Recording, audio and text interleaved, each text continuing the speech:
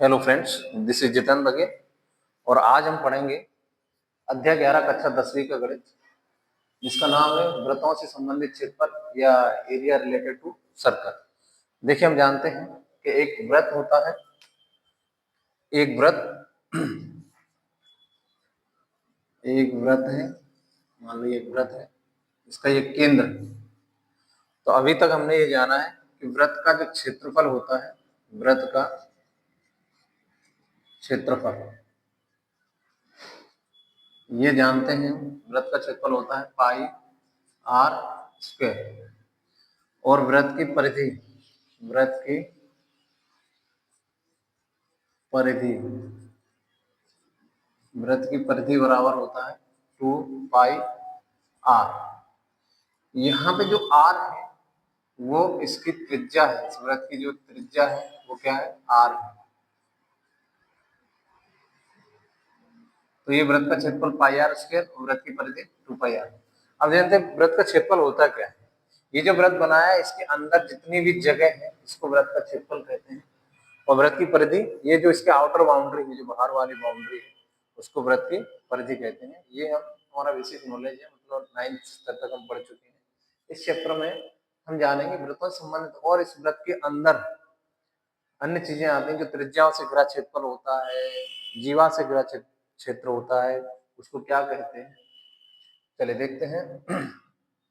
अगर हम मान लें हमारे पास एक वृत्त है और जो दो त्रिज्या, अगर इसमें हमने दो त्रिज्या ली, एक ये त्रिज्या और एक ये त्रिज्या, और ये इसका चाप है, ये दो त्रिज्याओं से ये क्षेत्रफल घिरा हुआ दिख रहा है, दो त्रिज्याओं से घिरा हुआ क्षेत्र और उसी संगत चाप द्वारा घिरे क्षेत्र को त्रिज्यखंड कहते हैं। तो सबसे पहले हम त्रिज्यखंड के बारे में जानेंगे। त्रिज्यखंड क्या होता है।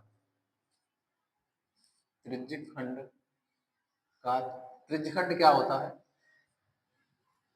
किसी वृत्त में दो त्रिज्याओं द्वारा घेरा गया क्षेत्र, एक त्रिज्या ये है और एक त्रिज्या ये है, और उस संगत चाप द्वारा, इस चाप और इस त्रिज्या, दो त्रिज्याओं के बीच का जो क्षेत्र है इसको हम त्रिज्यखंड कहते हैं। अब इसका क्षेत्रफल अगर निकालना हो तो त्रिज्यखंड का क्षेत्रफल कैसे निकालेंगे। त्रिज्यखंड का क्षेत्रफल, त्रिज्यखंड का क्षेत्रफल निकालने के लिए देखिए, ये इसका केंद्र है और ये केंद्र जो है वृत्त पे कंप्लीट कोण 360 डिग्री का बनाता है। जैसे मान लो ये वृत्त है और इसके चारों तरफ देखा जाए तो कोण कितने का बनता है, 360 डिग्री।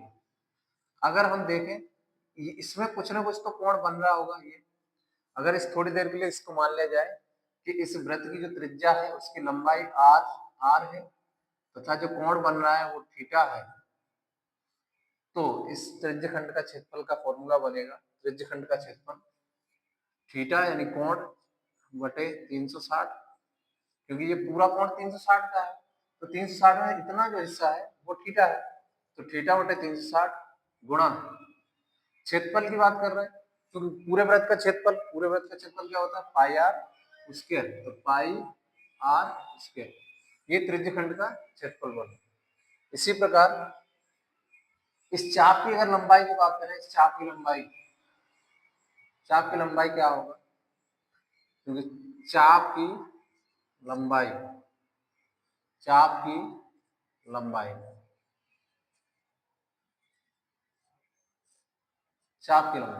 अब देखिए, ये वाला चाप यहां से शुरू होकर यहाँ पे खत्म हो रहा है, या फिर ऐसे मान सकते हैं यहाँ से शुरू होकर यहाँ पे खत्म हो रहा है, तो इसके संगत कोण कितना बन रहा है, थीटा।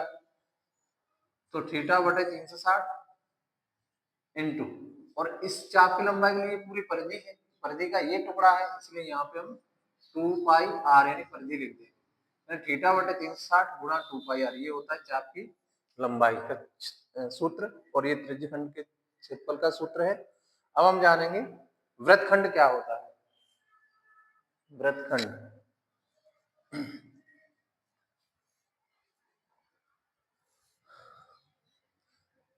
वृत्तखंड एक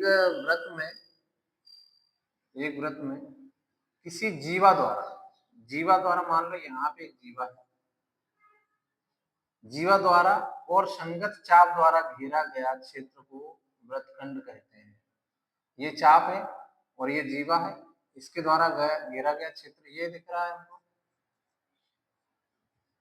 और यहाँ से अगर इसको जोड़ दें तो ये त्रिज्या हो गई और ये त्रिज्या हो गई।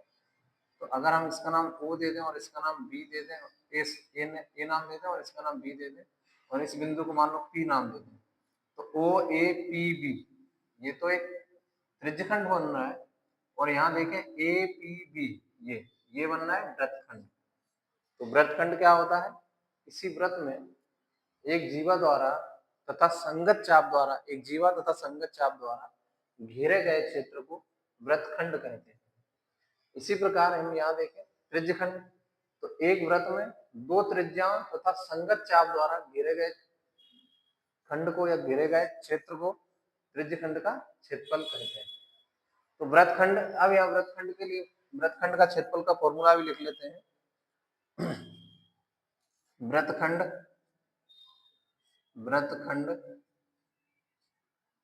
का क्षेत्रफल, वृत्तखंड का क्षेत्रफल कैसे बनाएंगे देखते हैं। क्योंकि देखिए वृत्तखंड का क्षेत्रफल हम कैसे निकालेंगे, ये OAB ये पूरा ये बनना है क्या त्रिज्यखंड, तो हम यहाँ लिख लेंगे त्रिज्यखंड का क्षेत्रफल, त्रिज्यखंड के क्षेत्रफल में से अगर हम इस त्रिभुज का क्षेत्रफल घटा दें तो माइनस संगत त्रिभुज का क्षेत्रफल,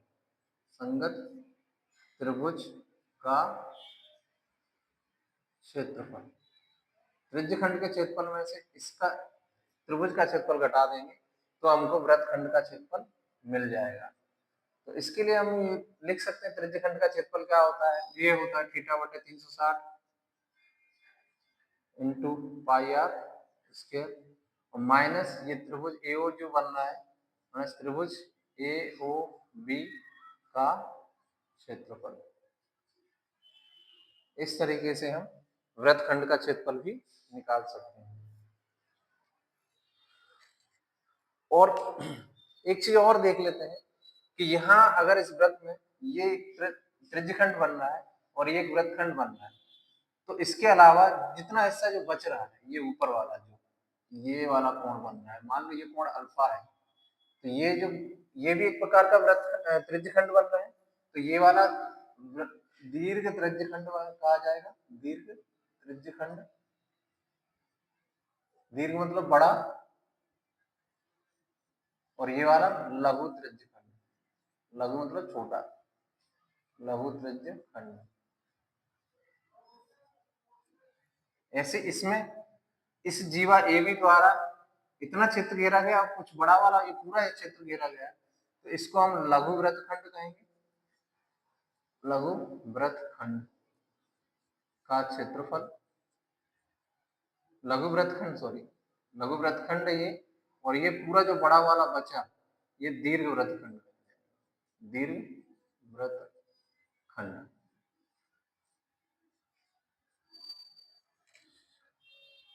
ये वृत्त के अंदर बनने वाले क्षेत्र, कुछ स्पेसिफिकेशन दिए गए हैं अपन को।